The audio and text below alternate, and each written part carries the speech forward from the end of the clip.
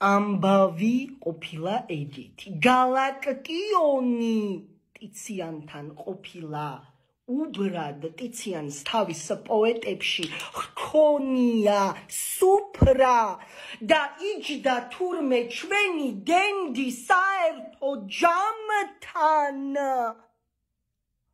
უხორცო იყო ცოტას სვამდა და ცოტას ჭამდა. გალაკტიონი შემოსულა დუქანში ამ დროს მარტო დამჯდარა მარტოსული და უსვამს მარტოს. არ მიუხმია ის ტიციანს არა და არა და ასე უბრად უხერხულად კარგახანს მსხდარან. ვიცი რომ TikTok-ს ეზარება ლექსები დიდი, ამიტომ მოდი მე ვიქნები ამ ლექსში ხიდი და დავასრულებ უფრო მალე თქვენი შალიკა.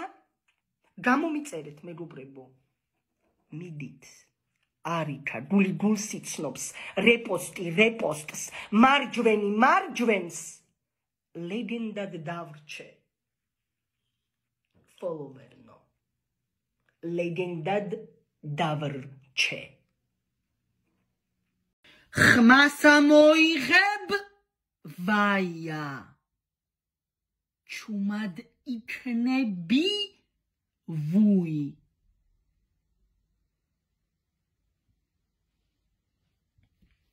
ვინც ლაპარაკობს ხომს ტყუის,